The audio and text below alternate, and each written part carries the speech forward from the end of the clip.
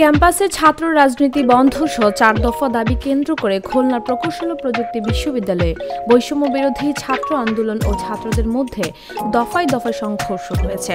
মঙ্গলবার দুপুর 12:30 থেকে বিকেল 5টা পর্যন্ত ধাওয়া পাল্টা ধাওয়া ও সংঘর্ষ ঘটে। এতে শিক্ষার্থী, বহিরাগত সহ অর্ধশতাধিক আহত হয়েছেন। পরিস্থিতি নিয়ন্ত্রণে আইনশৃঙ্খলা রক্ষাকারী বাহিনীর বিপুল সংখ্যক সদস্য ক্যাম্পাসে উপস্থিত রয়েছেন। এছাড়া পরিস্থিতি নিয়ন্ত্রণে 2 প্লাটুন বিজিবি মোতায়েন করা হয়েছে। এদিকে কুয়েটে বৈষম্য বিরোধী ছাত্র আন্দোলনের নেতাকর্মীদের উপর হামলার প্রতিবাদে ঢাকা বিশ্ববিদ্যালয়, বাংলাদেশ প্রকৌশল বিশ্ববিদ্যালয়, ইসলামী বিশ্ববিদ্যালয়, রাজশাহী বিশ্ববিদ্যালয় সহ বিভিন্ন প্রতিষ্ঠানে বিক্ষোভ সমাবেশ করেছেন বৈষম্য বিরোধী ছাত্র আন্দোলন ও সাধারণ শিক্ষার্থীরা।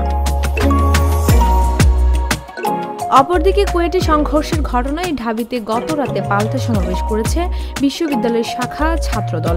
অন্যদিকে হামলার সঙ্গে জড়িতদের বিরুদ্ধে ব্যবস্থা গ্রহণ সহ 5 দাবি পূরণে বিশ্ববিদ্যালয় কর্তৃপক্ষকে আজ বেলা 1টা পর্যন্ত সময় বেঁধে দিয়েছেন কুয়েটের সাধারণ শিক্ষার্থীরা।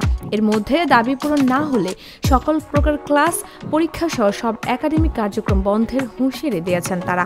গত রাতে ক্যাম্পাসে প্রেস ব্রিফিংয়ে হুঁশিয়ারি দিয়েছেন।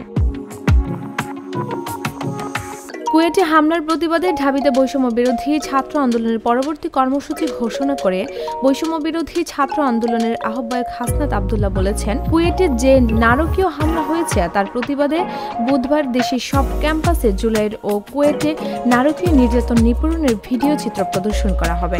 ঢাবি টিএসসিতে বিকাল 3টায় এই প্রদর্শনী শুরু হবে। ডেস্ক রিপোর্ট, ভোরের পাতা।